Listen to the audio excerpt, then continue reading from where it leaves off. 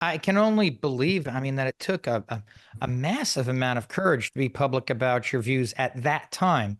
I mean, was there an inciting incident that made you kind of willing to put it all on the line and be public in a resistance movement? Or was it just because this was something building up in you over such a period of time? I mean, it was it's like a steam in you, in your soul.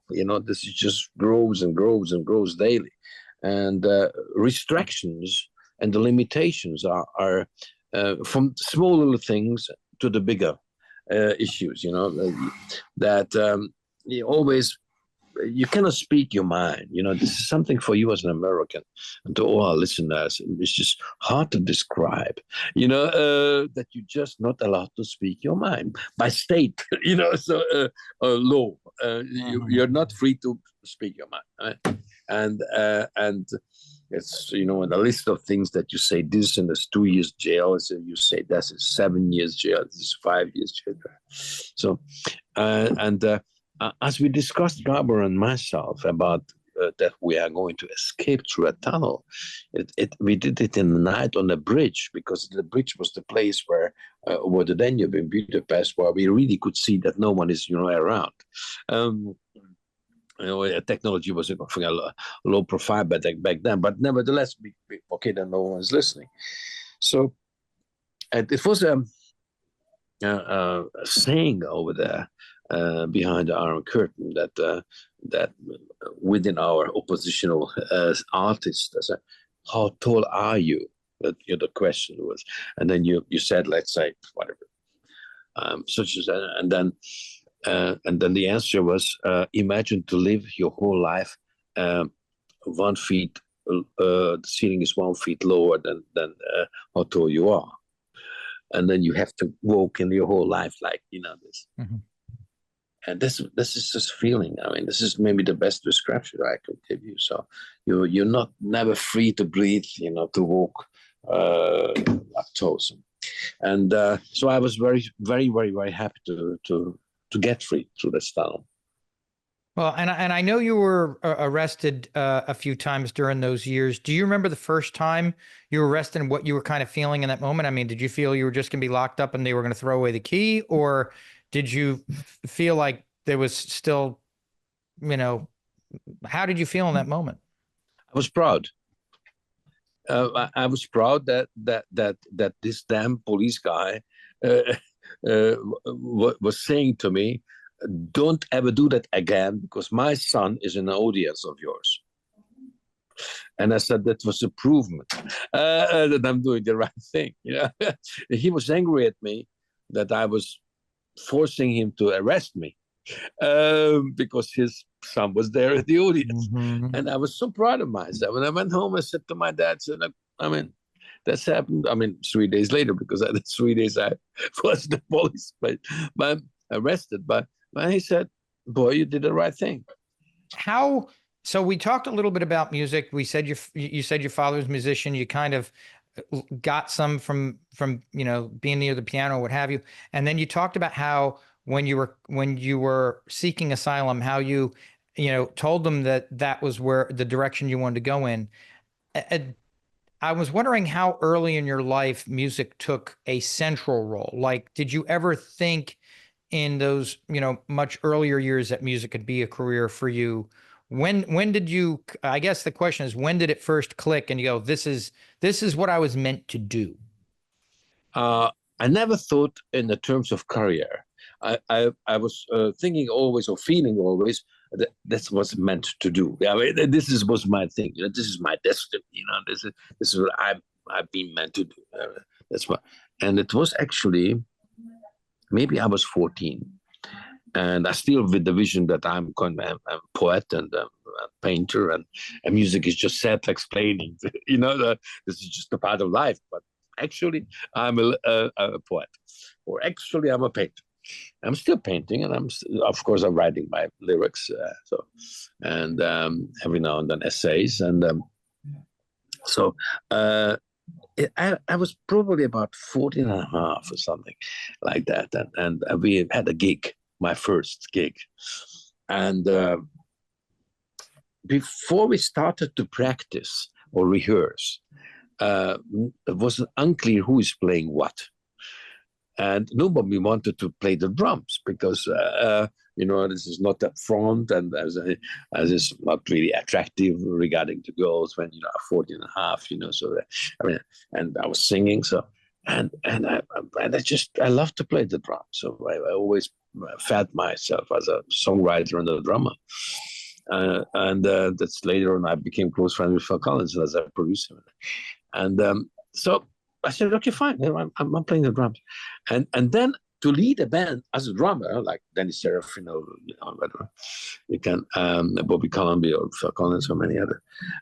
All of a sudden I discovered how great this is, to feel that, to say, okay, you play that way the guitar and you play that way the keyboard or piano, or little horrible Eastern German Hammond copy, which never really worked, called Matador. All these Czech instruments and the Eastern German stuff, they were horrible instruments. But we were trying to sound American, and even was a saying, you sound American. Like when you played well and your attack was good, and when our instruments were lousy, but you were trying.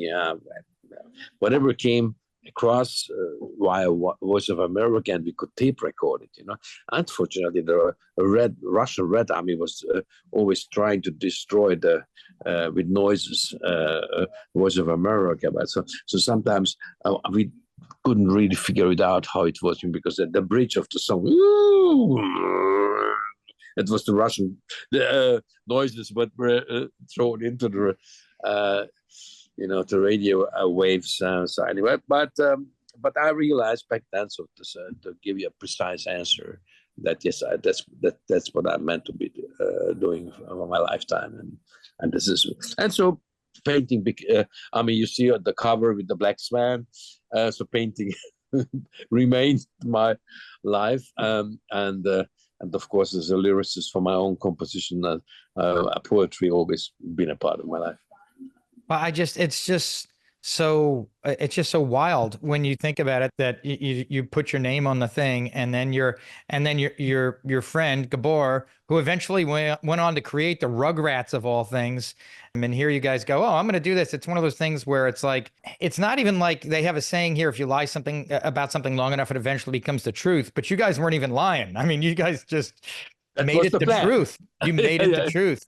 So when you finally made it to the West, you crossed the border for the first time. You knew you had successfully escaped. What was going through your head at that point? Well, I always said, when we are in freedom, we are free to lose. We're free to fail. So, but we're gonna do everything that the dream's gonna come true. So, I think to succeed and to achieve what you're having on mind is the first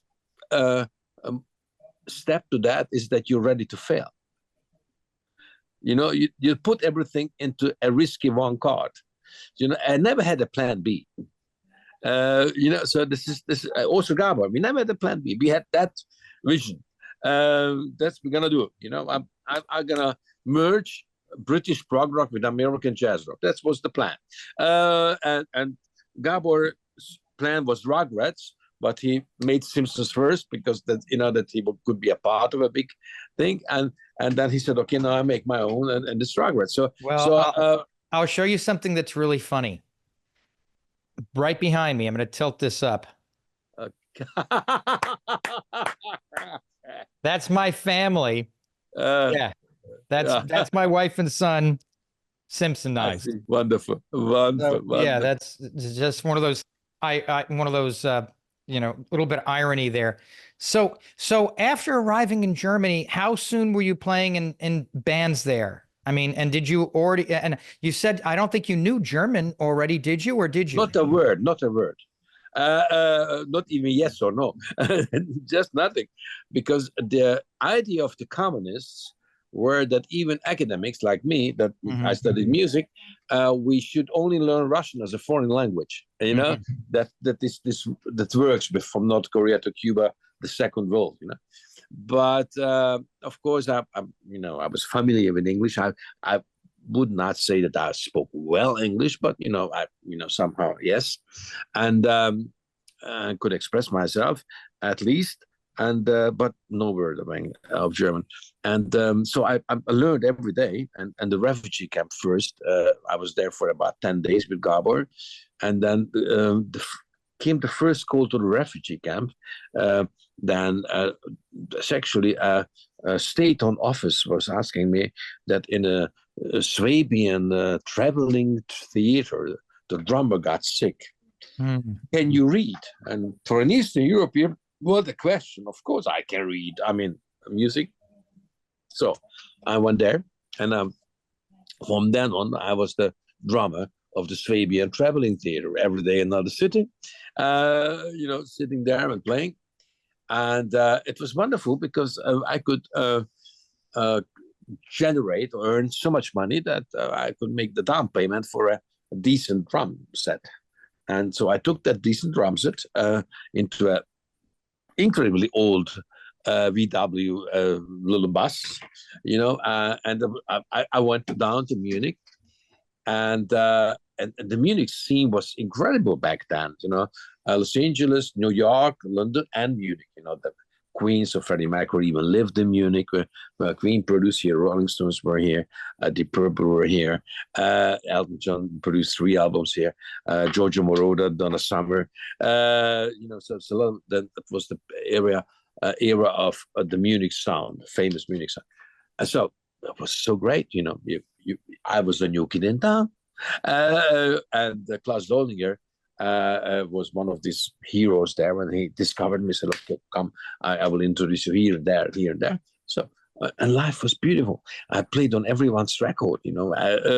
I became a gun for hire, drummer, session drummer for everyone, and it was a great feel. But I wanted to make a prog rock album. That's just